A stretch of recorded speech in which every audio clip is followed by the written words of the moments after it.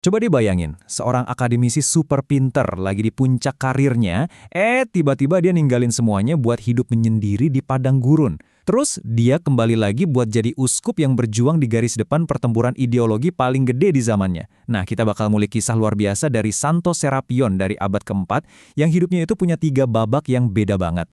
Jadi pertanyaannya kan, gimana ceritanya 3 peran yang beda banget ini, cendekiawan, pertapa, sama uskup, bisa nyatu di satu orang?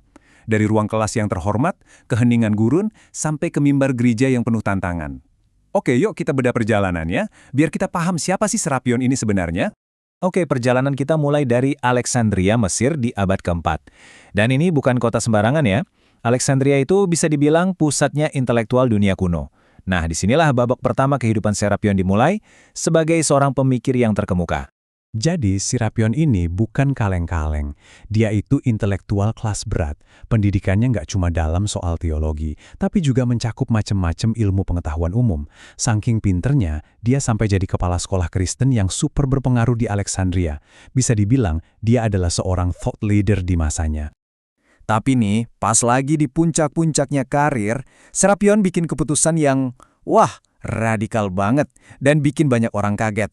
Dia ninggalin jabatan yang prestisius, ninggalin semua hiruk-pikuk kota, dan jalan menuju keheningan total di padang gurun. Nah, lihat deh kontrasnya di sini. Gila banget kan? Dari pusatnya debat intelektual, pindah ke keheningan doa.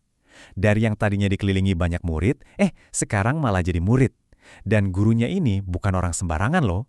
Dia belajar langsung dari Santo Antonius Agung, sang pelopor gerakan pertapa Kristen. Ini benar-benar transformasi hidup yang total. Hubungan mereka berdua ini dalam banget. Saking dalamnya, waktu Antonius wafat, dia mewariskan salah satu dari 2 jubahnya ke Serapion.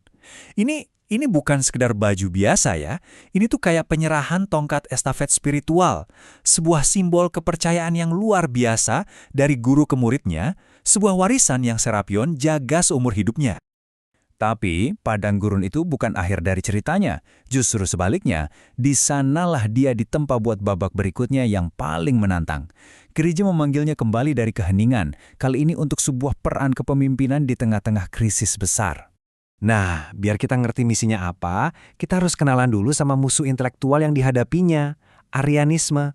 Gampangnya gini, Arianisme ini adalah sebuah gagasan yang mengguncang gereja waktu itu.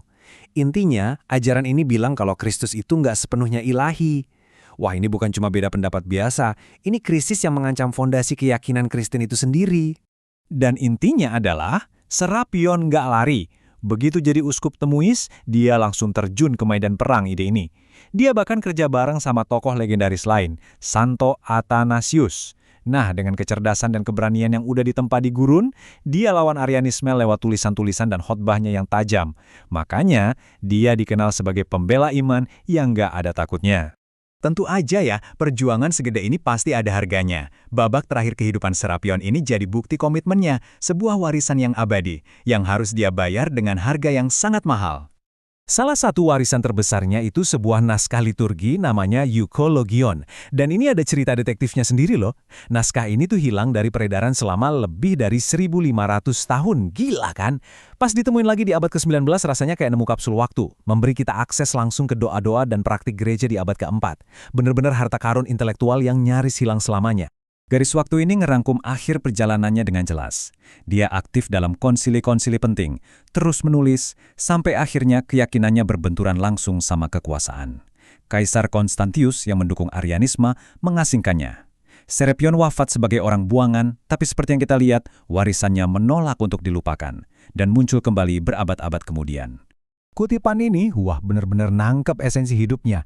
Di setiap perannya, cendekiawan, pertapa maupun uskup, benang merahnya selalu sama, kecintaannya pada apa yang ia yakini sebagai kebenaran dan keberanian untuk melindunginya apapun risikonya. Oke, kisah Serapion ini emang udah 1.700 tahun yang lalu ya. Tapi pertanyaannya tetap abadi dan relevan banget buat kita sekarang. Di tengah derasnya arus informasi dan opini yang saling bertentangan, gimana cara kita menemukan apa yang kita yakini sebagai kebenaran dan seberapa jauh kita berani membelanya? Nah, ini adalah tantangan Serapion yang diwariskan kepada kita semua.